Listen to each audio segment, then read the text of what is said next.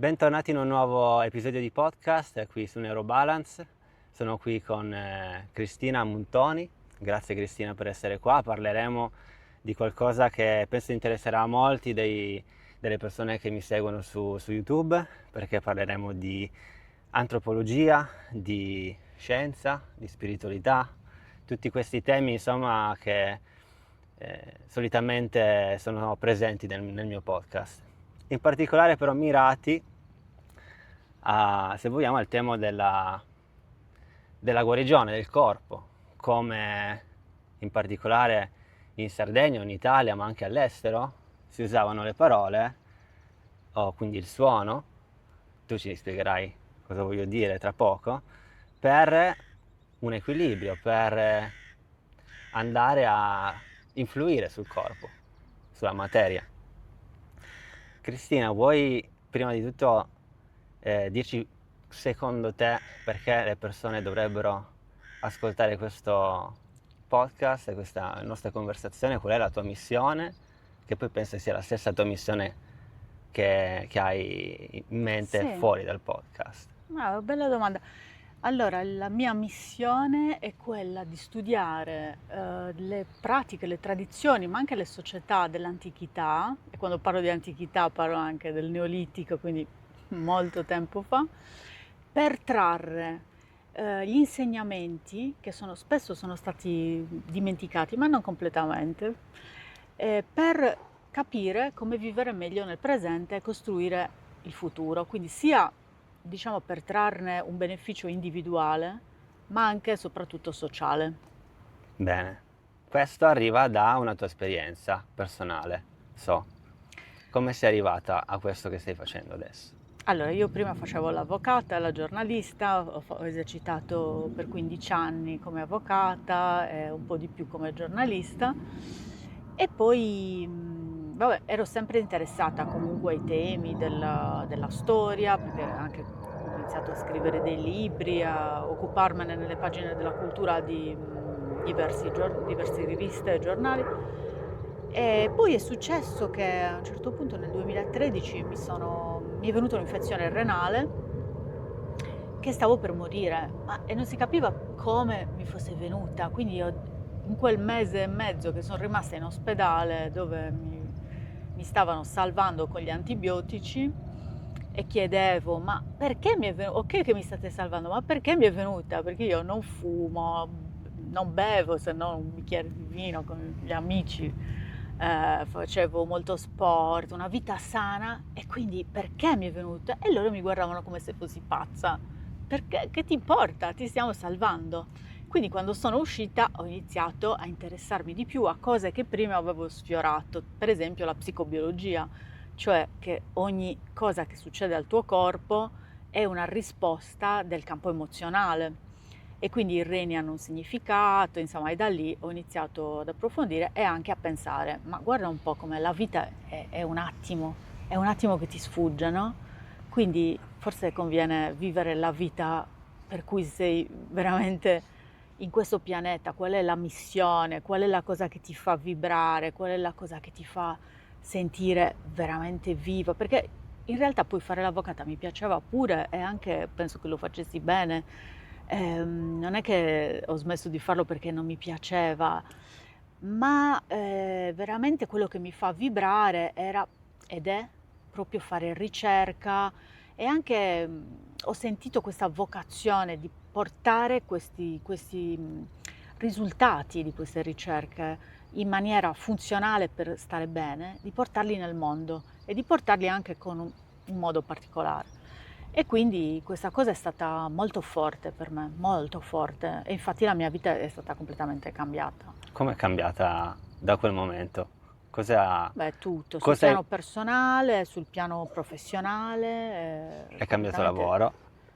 È una delle cambiato, prime cose cioè che... non è che ho schiacciato un bottone da un giorno all'altro, diciamo che Mm. piano piano ho limitato la parte della libera professione come avvocata, ho aumentato la parte come giornalista, quindi come scrittrice, come ricercatrice, piano piano, ecco, sinché a un certo punto ho fatto proprio nel 2016, ho detto faccio l'atto simbolico, mi cancello dall'albo perché questo mi costringe anche a crederci di più, cioè a puntare anche sul piano Avevi professionale. paura In del realtà cambio? no, non avevo paura e tutti mi intervistano chiedendomi questa La paura, cosa e tutti, ma scusa, ma sì. come? In realtà, sai cosa succede quando tu fai una scelta che proprio segui una strada che è allineata col tuo spirito? Succede che tu stai fermo ed è il mondo che arriva a darti quello di cui hai bisogno. Infatti mi ricordo che in quel tempo, perché sai, la paura delle persone è normalmente legata al denaro, cioè dici, ma come lasci una professione che Non mi comunque sostengo. con cui ti puoi sostenere per una via un po' così, no? Nel mondo della cultura normalmente il pregiudizio, molte volte anche fondato, è che di cultura non si può mangiare, no?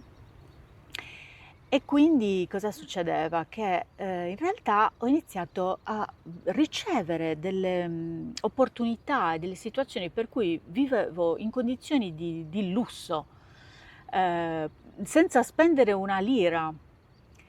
Cioè il fatto, era la mia persona che interessava magari certe persone che mi invitavano a fare cose, quindi conferenze, situazioni, anche soltanto per la mia presenza e per parlare come stiamo facendo adesso.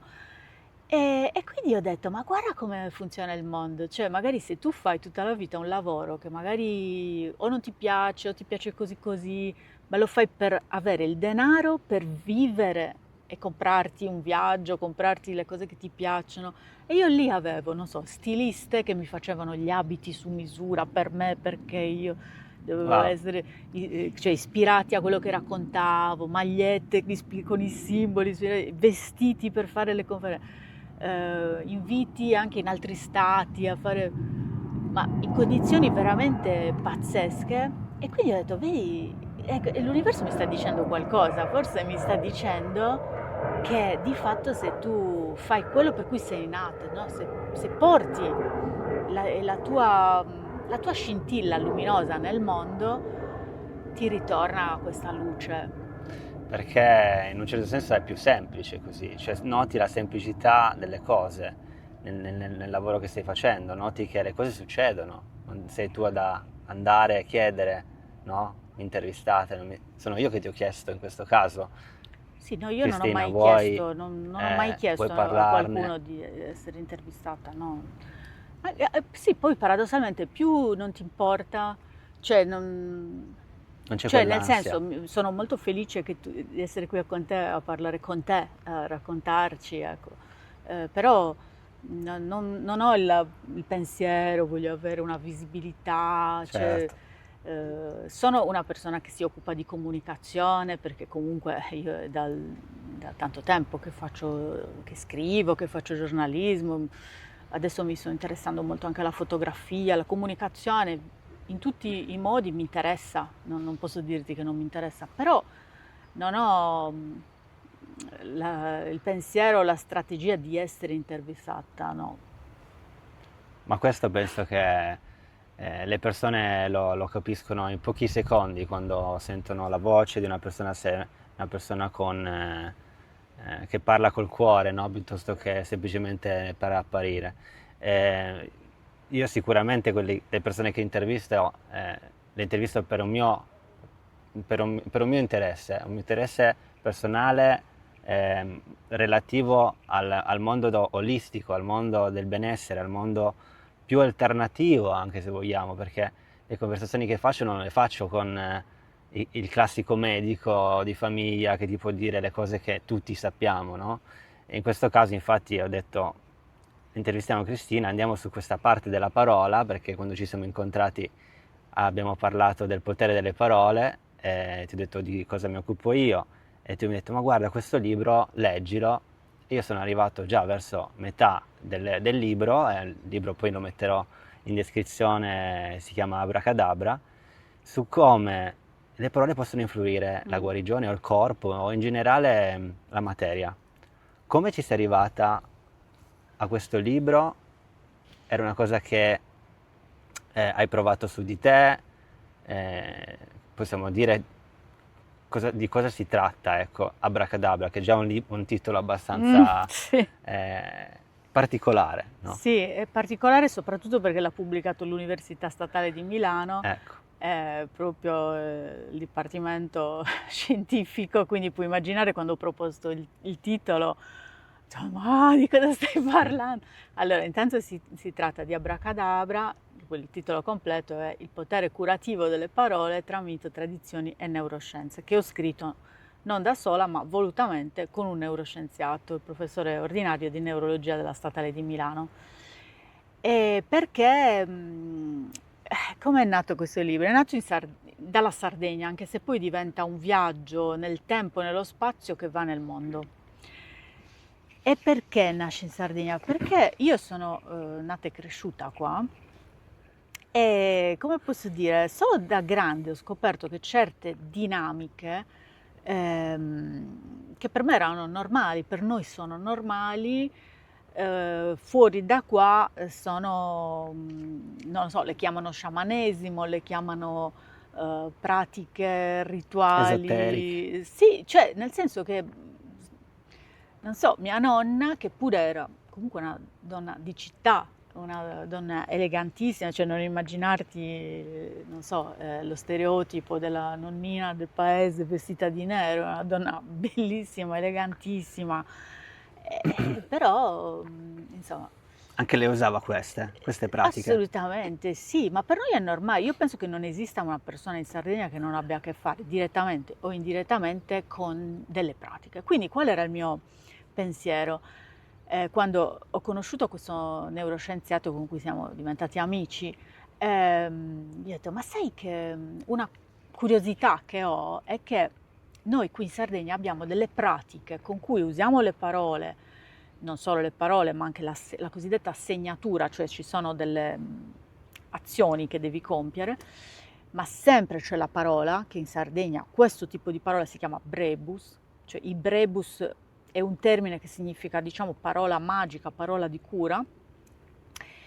Continuiamo ad usarle ancora oggi, ma ci sarà mica un fondo di verità? Perché non facciamo un gioco, diciamo, un gioco letterario, ci facciamo un saggio in cui lavoriamo in tandem, cioè io racconto queste pratiche partendo sì dalla Sardegna, ma poi abbiamo raccontato, cioè ho raccontato le pratiche che avvengono in tutto il mondo, dove la parola viene usata come strumento di cura e tu fai il lavoro dello scienziato che va a verificare se succede davvero qualcosa al cervello e al corpo. Quando dici parola, stiamo parlando di una preghiera o stiamo parlando semplicemente di delle frasi dette con un'intenzione verso qualcosa?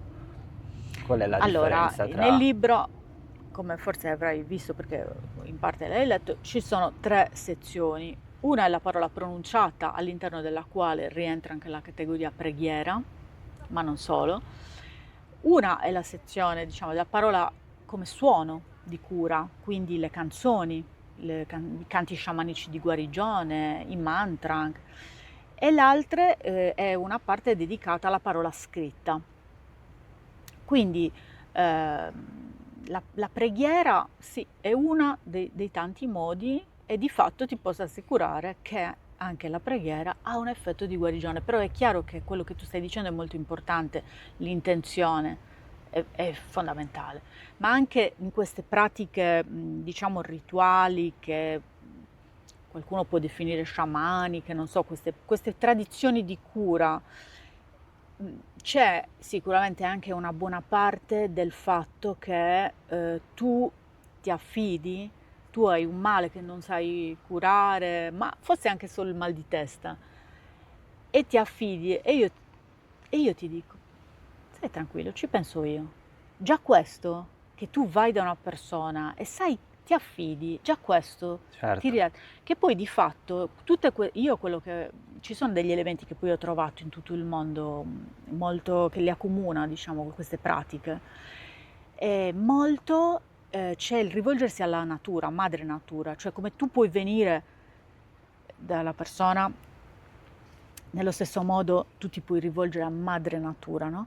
E molte pratiche si rivolgono a madre natura e sostanzialmente dicendo io ti affido questo male, adesso occupatene tu, cioè buttando magari un sasso, una cosa, insomma con un rituale e lo getti nel bosco, Sì, lo getti nell'acqua del mare o del fiume, lo stai affidando e sai che la natura lo trasformerà. bellissimo. Nello stesso modo, quando tu vai da una donna di medicina, È lei che è il tramite. cioè, ti senti tranquillo, cioè se tu ti affidi e già lì sei nella guarigione, no? Poi magari è vero o non è vero che queste formule, però già il fatto che tu ti affidi e che io faccio qualcosa con una maestria che tu percepisci e ti senti al sicuro, dici questa lo sa cosa sta facendo, Sì. perché sono tradizioni di tramando millenarie, anche segrete, perché le formule sono segrete, vengono trasmesse solo con certi criteri, in certi giorni specifici, con il voto del silenzio. So che la parola era anche molto importante qui in Sardegna quando si devono fare dei cambi di intestatario di terreni, avevo letto, che non c'era bisogno del Sì, notaio, sì. ma c'era la parola canta, la Bravo, parola è bravo, importante, è no? così. Infatti mi era successo una volta quando facevo l'avvocata di un trasferimento, cioè era successa una cosa molto particolare perché questa persona aveva acquistato delle barche, ma cioè tanti soldi erano, non era una cosa da poco. E poi c'era stato un problema, dov'è il contratto? Il contratto era la parola. Ce la siamo detti. Come la parola? Cioè ancora oggi succede questo, perché se tu sei una persona che non tiene la parola, non vali niente, cioè non sei una persona d'onore. Purtroppo oggi è più raro vedere trovare questa integrità, no? Se io ti do la mia parola, è una pietra, capito? Non la puoi, cioè proprio nella pietra lo sto scrivendo. Allora, se io resto fedele alla mia parola, sono una persona d'onore. Se, e invece adesso mi succede nel lavoro anche, no? Io lavoro nella cultura, quindi prima di arrivare a un contratto è chiaro che ci sono delle fasi, però quando stiamo contrattando su un punto, lo diciamo, lo scriviamo pure, io da avvocata poi continuo, Certo. e poi no, ma sai, dopo un mese ci ho ripensato, come ci hai ripensato? Ma l'abbiamo detto, l'abbiamo scritto. Si è un Quindi po' oggi perso. questa cosa si è un po' persa, però comunque come dire, dei residui di questi valori ci sono, sì. Sulla parola abracadabra, Mm. vuoi dirmi come ci sei arrivata? Qual è anche il senso di questa parola? Perché da bambini, magari Sì. guardando gli Harry Potter o qualche insomma, mago, no? Se ne parla, no? Abracadabra con lo stecchino, no? Per fare la magia. Però ho visto che in realtà ci sono Sì. insomma, non degli studi, ma c'è qualcosa sulla carta scritto di questa parola. Mhm. Sì, Vuoi sì. parlarci di Ma questo? infatti quando l'Università di Milano avanzò un attimo di perplessità di fronte a questo titolo, io ero preparata, da brava avvocata Certo, ho subito perorato la causa con un testo che è il primo libro di medicina, diciamo ufficiale, di medicina nel senso diciamo proprio del termine, anche se siamo in una fase di transizione, e Quinto Sereno San Monico, che era il medico dell'imperatore Caracalla, scrive questo Liber Medicinalis e siamo in una fase in cui si parla di medicina, che anno era? era il terzo d.C. Terzo E d.C. cosa succede? Che lui scrive questo libro che è un po' a metà strada tra lo scientifico e le pratiche che si usavano nella tradizione, no? Quindi lui riporta le pratiche che si usavano, no? Cioè se uno, che ne so, ha la febbre, come lo curi? Così e cosa. Certe cose erano cose, diciamo, scientifiche e certe altre erano tradizioni di cura legate, insomma. E in queste tradizioni di cura lui cita in maniera molto precisa l'uso della parola abracadabra. In che modo? Nel caso di una febbre alta e di diversi malanni in realtà, inscribes cartet quod dicitur abracadabra, cioè scrivi in un pezzo di carta la parola abracadabra. In che modo?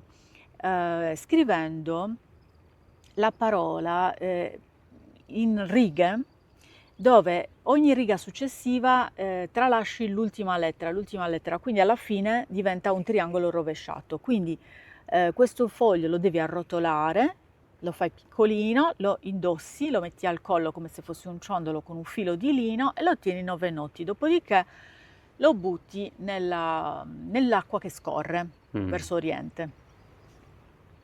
Quindi lui cita una pratica dove la parola abracadabra è usata, quindi ecco perché ha una veste, diciamo, storica comunque. Ci sarà un motivo perché quella parola e non un'altra. Allora, quella parola ha una lunga storia.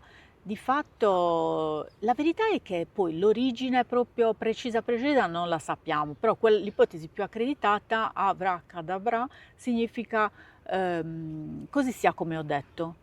Cioè io dico che una cosa avviene e abracadabra, così sia come ho detto e così avverrà. Quindi sto mettendo un punto, sto ammantando le parole che sto usando di una valenza di potere. Autoritaria. Che potere? Quello di incidere nella realtà. E di fatto la magia è questo. Che cos'è la magia? È il potere di incidere nella realtà, di cambiarla, la realtà, nel modo che io sto decidendo, no? Le pratiche di magia sono questo, cercano di incidere nella... Qui la parola abracadabra aveva questo significato. E qui in Sardegna, perché per chi non lo sapesse siamo a Cagliari con questo bellissimo panorama, sperando che tenga ancora un po' di luce, qui in Sardegna c'erano magari diverse parole, non c'erano queste. Questa parola non veniva usata qui No. in Sardegna o comunque in Italia in generale, immagino. Ci sono dei riti che ti ricordi che magari tua nonna faceva o se si possono dire, ok, riguardo magari a mal di testa o qualsiasi cosa che ti ricordi, magari non solo tua nonna, ma sentito dire da altre nonne. Allora, la pratica più diffusa è quella di Samejin Ezogu, che significa la medicina dell'occhio. Ok. La parola medicina per noi, così come anche in Sud America, insomma, significa il rimedio, non la medicina della farmacia. Sì, certo. La medicina dell'occhio, diciamo che è una pratica legata all'occhio, cioè al potere dello sguardo, perché diciamo che la cosa più pesante energeticamente che puoi ricevere è quella determinata dall'invidia, e l'invidia si trasferisce attraverso uno sguardo, no? Io ti vedo e trasferisco un'energia malevola attraverso il mio sguardo, quindi sei stato preso d'occhio, diciamo.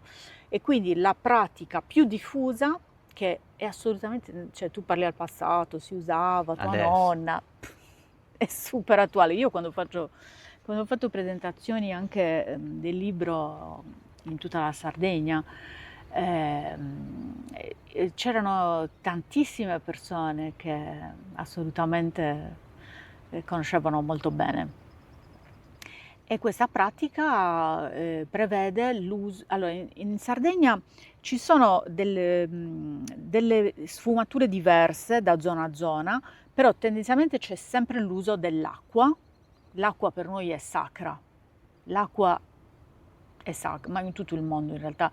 Però sai, nei luoghi dove magari l'acqua anche scarseggia, è chiaro che ha una valenza ancora più sacra.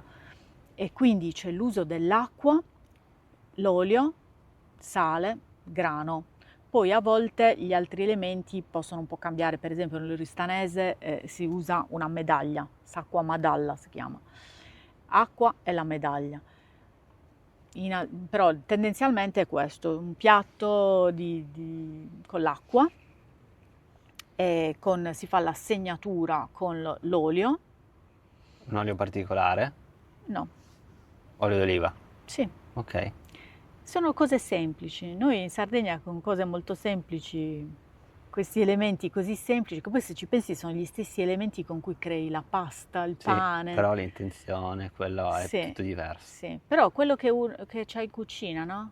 Cioè, veramente le donne nella cucina hanno creato, cioè se tu guardi, non so se ti è capitato di vedere anche la pasta sarda, i dolci Sì, sardi nel nuorese per esempio, ma fanno dei gioielli di arte plastica e gli ingredienti questi sono il grano, la farina, sì. l'acqua, il sale, un pochino di olio.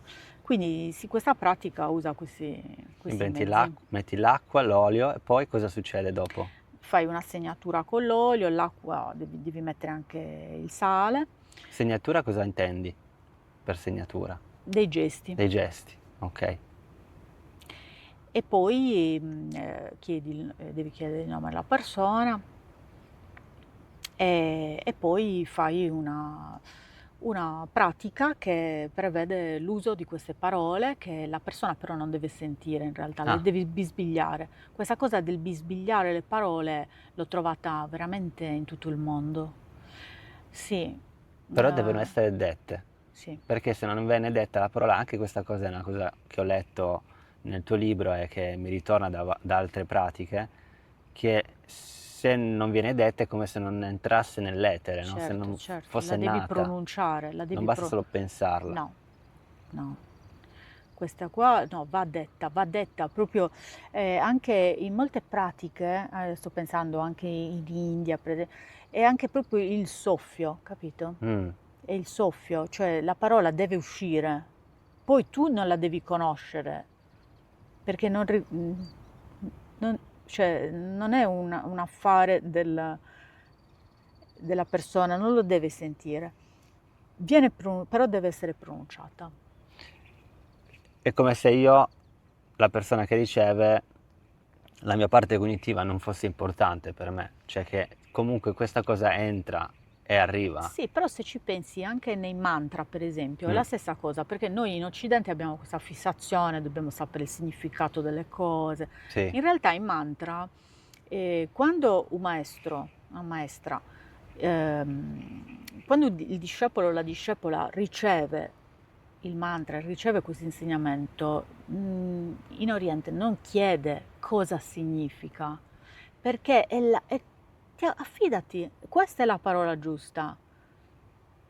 Questa è la parola che devi pronunciare, stai nel suono, cioè poi la ripetizione con quel ritmo, con quel suono ti porta a quello stato. Affidati, non è importante il significato. anche perché poi sono anche lingue che magari sono lontane da noi o...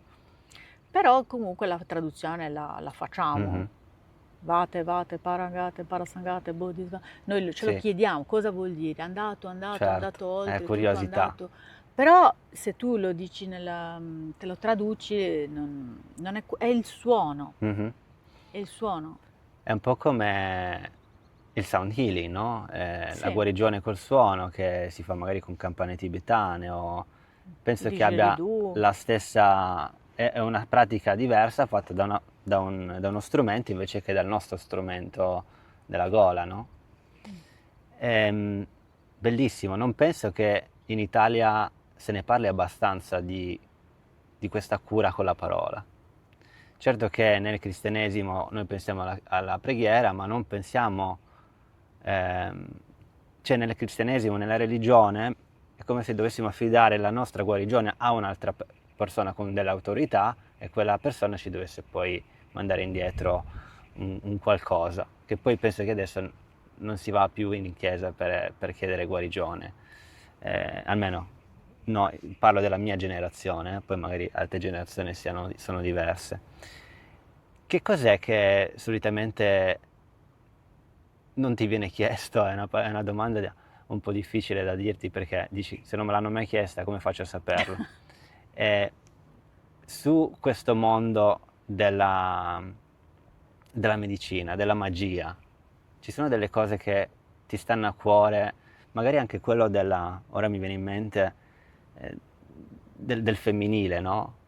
Perché la magia, noi pensiamo alle streghe, no? Nell'antichità. Eh, perché la donna? Ecco, forse adesso la domanda mi è arrivata. Perché la donna invece che non l'uomo? E perché secondo te in Sardegna forse è rimasta questa cosa più che in altre regioni che la donna ha un potere comunque in questo ramo della magia Mm.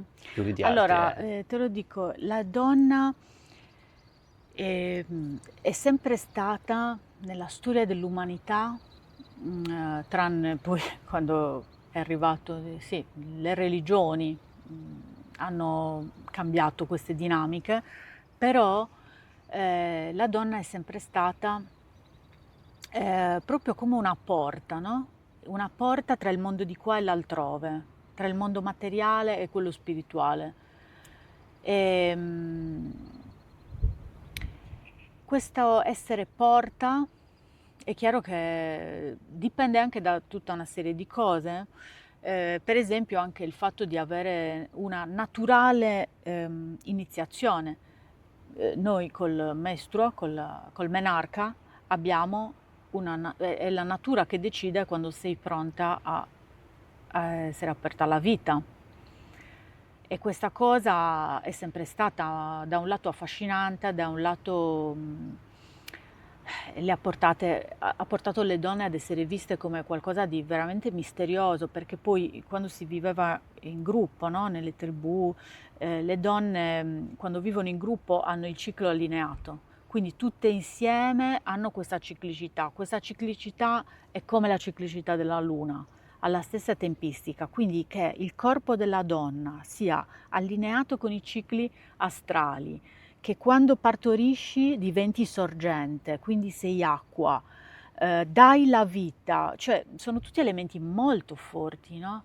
Perché un tempo tutta la vita sociale ruotava intorno, non come oggi, intorno alla guerra, no? Gli investimenti si fanno per la guerra. Prima tutto quello su cui ruotava l'intera società era la vita, cioè l'investimento energetico che facevi era per la vita. E allora è chiaro che la donna la dà la vita col suo corpo, nutre poi il bambino, la bambina che nasce, cioè un corpo che produce la vita, lo nutre, ma cioè, come fai a non vederla come una roba sacra, no? Quindi poi tu dici le streghe, cosa è successo? Che le donne a un certo punto, quelle che hanno chiamato streghe durante il tempo del terribile olocausto dell'Inquisizione spagnola, che continua ancora adesso perché in tutto il mondo continua questo tremendo olocausto in cui si cercano di zittire e annientare le donne. Cosa succede? Che queste donne di medicina, semplicemente perché conosciamo le piante, con le piante, no, noi qui adesso siamo in questo posto, qui a Cagliari, in mezzo alla natura, io mi sto guardando intorno e vedo, no, ogni pianta ha una sua funzione curativa, no? Lì c'è l'artemisia, lì c'è il lentisco, cioè so che cosa curare con tutte queste cose. È chiaro che quindi erano donne di conoscenza, anche temute, perché con una pianta posso curare, si può anche fare del male con una pianta, no? Quindi erano anche temute. E noi ne abbiamo traccia di tutta questa dimensione di essere rispettate ma anche temute, perché qui in Sardegna abbiamo la nostra mitologia parla delle Yanas, che poi erano donne, come ho scritto nella ricerca che poi ho pubblicato nel sito dell'UNESCO. E queste donne con tutto questo sapere, con tutto questo potere, con questa connessione col sacro, con la spiritualità, era troppo potere. Quindi cosa fai? Dici le demonizzi. Strega. Strega. che poi Del deriva diavolo. da Strix, che è l'uccello notturno, perché molte ritualità era legata alla notte. Ma poi cos'era questa ritualità? No? Non c'è niente di oscuro o brutto, cioè si tratta del fatto di trovare dei sistemi per riconnettersi col tuo sentire.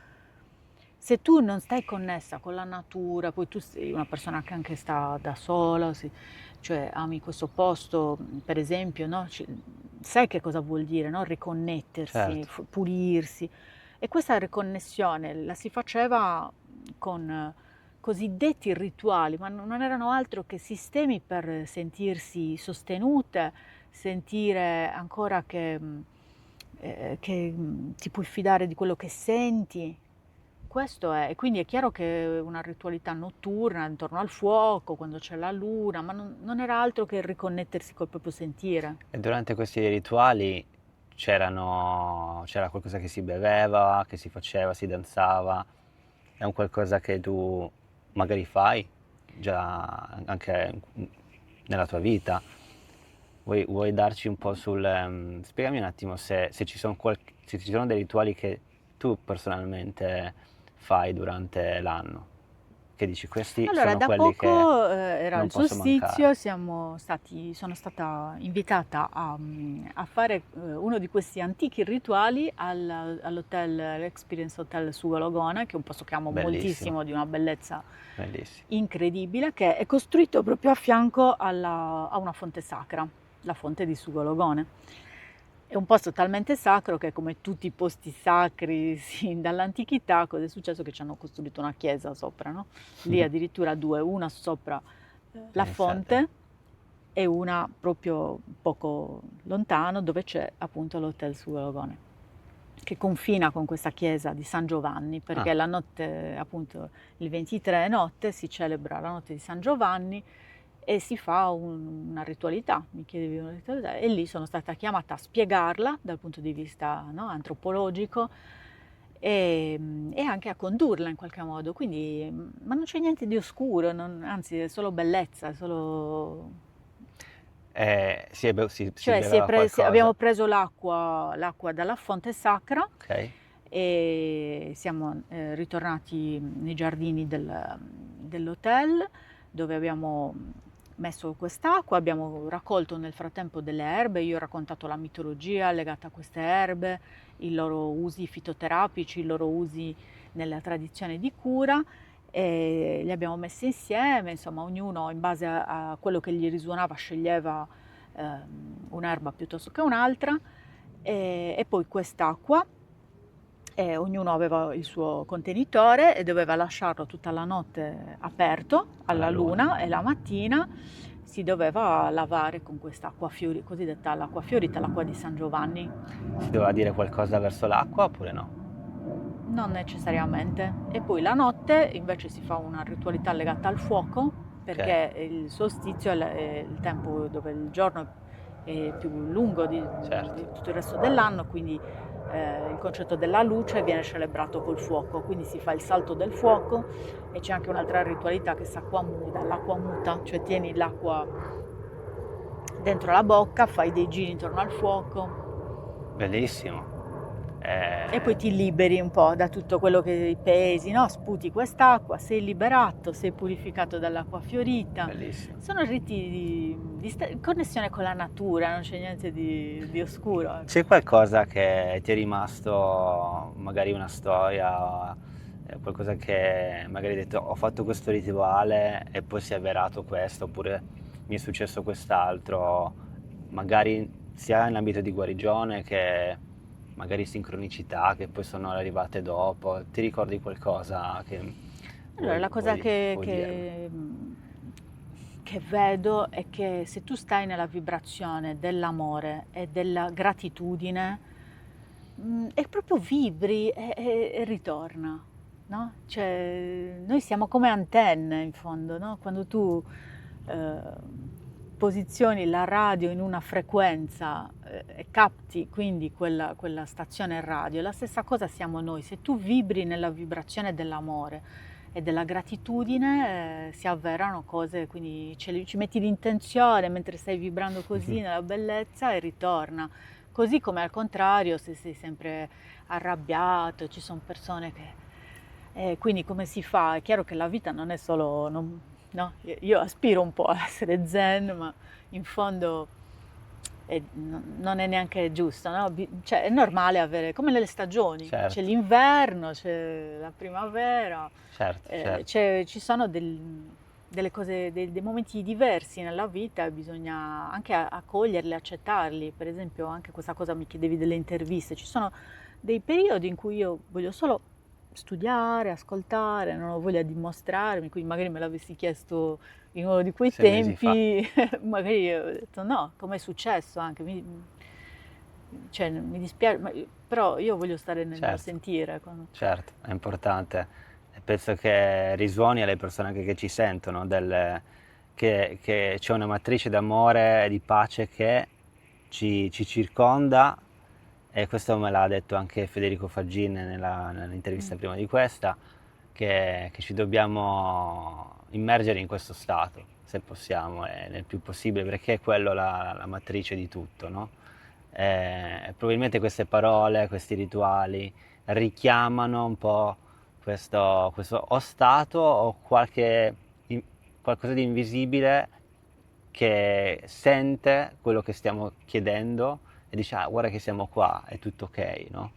Oggi mentre mi stavo facendo la doccia, pensavo al cos'è la gratitudine, no? Perché, sai, uno dice devo essere grato per questo, quell'altro, quell'altro.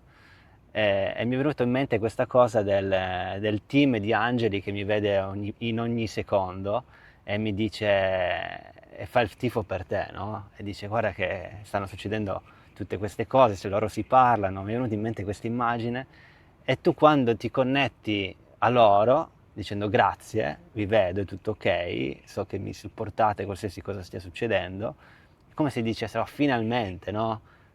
Questa persona ci ha visti e siamo forti anche noi perché stiamo lavorando tutti insieme. Finalmente Cristina ci ha anche detto che è contenta, no, di essere con noi. E questa gratitudine quindi ti porta alle cose. Non so se ti sarà capitato anche a te, più sei grato e più ti succedono cose belle. Sì, Più ti incazzi, più dici no, questa cosa non doveva succedere, più succedono cose brutte. esatto. È un Poi po' come ci se... sono degli strumenti per, diciamo, regolare un po' questa cosa, perché è normale avere dei momenti, Certo, quindi la meditazione sicuramente è un aiuto per me molto importante. Io pratico meditazione zazen. Poi ho creato delle pratiche, zazen. sì, zazen. Spiegami È brevemente una cos'è. meditazione giapponese, Mm, letteralmente significa meditazione da seduti, ok, sostanzialmente in questa posizione in cui sono, ok, con uno zafu, che è un cuscino, infatti adesso sono un po' scomoda, è un cuscino che ti solleva l'osso sacro e quindi ti permette di avere la schiena perfettamente dritta, e si pratica normalmente di fronte a un muro ah, con gli occhi semiaperti. ok, Quindi di solito insomma uso una campana, però puoi anche non avere niente. La cosa stupenda per me sono queste pratiche dove non hai bisogno semplice, di altro, neanche di una voce, non ci sono voci. Quando la pratico insieme ad altre persone, al mio maestro, e quindi usiamo comunque una campana che serve a segnare il tempo. E tu devi fare il vuoto, semplicemente non devi pensare a niente e concentrarti su un punto, abbassando un po' la testa in ok, modo che la tua fontanella sia allineata con sì, la spina dorsale. E una volta era successo che il mio maestro non poteva venire, mi ha detto conducilo tu. mm, E io quel giorno ho detto ok, quindi se devo stare attenta al tempo, devo scandire, perché sai, dopo tipo 40 minuti si fa una pratica che cammini, poi sì, ritorni, poi c'è un altro tempo. Ho detto se devo stare attenta al tempo sarò a servizio oggi, non posso meditare, certo, devo stare attenta al tempo, non posso andarmene, no? E invece, con mio grande stupore, è stato un giorno di grande illuminazione, perché comunque con questa cosa che stai con gli occhi semiaperti ho capito tutto, perché io stavo meditando, anche se ero nel qui e ora. Quindi potevo stare attenta al tempo, ma anche essere in meditazione. Per me è bellissimo. stata una gioia enorme perché allora ho capito tutto, ho capito il senso di tenere gli occhi aperti, quindi per me è una meditazione che funziona, poi ognuno trova la Ma forse sua. questo è proprio il senso, no? Che la meditazione la puoi fare quando vuoi, non solo quando sei seduta. Tu pensa che Sì, questa è la tua realizzazione del dire, allora forse io posso meditare anche quando guido, no? Perché sei lì presente e non sì, sei da 100.000 altri posti, no? esatto, anche mentre stai O parlando e adesso, soprattutto perché quando arriva il momento di tensione, no? Il punto è stare centrati, cioè stare centrati così mentre sei da solo che guardi il mare è facile, certo. più o meno, perché possono arrivarti i pensieri, no? Il problema è stare centrato quando ti arrivano le scosse. Mm, E allora non è certo quando ti arrivano le scosse cioè lì è difficile, tu ti devi allenare quando sei nella calma, quindi la meditazione ti aiuta ad allenarti e poi quando arriva il momento, allora lì puoi esercitare questo superpotere di stare è centrato. importantissimo. Io la pratico da diversi anni, la insegno anche meditazione. È una cosa che tutti dovrebbero, penso, almeno 10 minuti fare di pratica, credo, è un must. Poi qualcuno non la fa, sta bene lo stesso, ci sta. Non penso che sia l'unica cosa che si può fare, si può pregare, è una cosa che è anche valida. E niente. Beh, credo che siamo in chiusura, vedo che il Tra un po' è tempo buio. tra un po' è buio, dobbiamo scendere. C'è una cosa che non ti ho chiesto che volevi dirmi o dirci, che secondo te è importante in quello che fai o nelle persone che ascoltano di sapere? Adesso io voglio inaugurare un percorso online, quindi sto costruendo questo, perché molte persone me lo chiedono, ogni tanto faccio dei percorsi di formazione, però magari non coincide con i tempi delle Certo, persone, quindi adesso questa cosa di registrare dei percorsi è un progetto in cui credo molto perché credo molto in quello che faccio e nel valore che porto. allora magari dopo mi dai il sito, se c'è, o Sì, il mio sito è il l'indirizzo, mio nome, e cristinamuntoni.com, allora lo è mettiamo sotto in semplice, però descrizione. ancora non sono pronte E come fai quando sono pronte, cosa mandi, una mail allora, o... io lavoro molto con la newsletter. Ok, Nel mio ottimo, sito c'è un form per iscriversi. bene. Mi piace molto questa cosa della newsletter perché, sai, i social, no, da Sì, un giorno all'altro ti possono chiudere le pagine. esatto, Invece la newsletter assolutamente. è, è un contatto diretto, ne mando pochissime, quelle che proprio quando devo veramente Sì. raccontare qualcosa. Allora iscrivetevi alla newsletter di Cristina, che metterò giù Grazie. in descrizione, perché potevamo parlare per altre 3 ore su cose vastissime, ma non c'è stato del tempo. Magari chissà nel futuro faremo altre interviste. Fateci sapere se vi interessa, che magari si crea qualcosa di bello. Se ci sono domande fatele nei commenti, e magari anche Cristina riesce a Sì. vederle e rispondere. Niente, grazie Cristina, Grazie a alla te, prossima. grazie a te.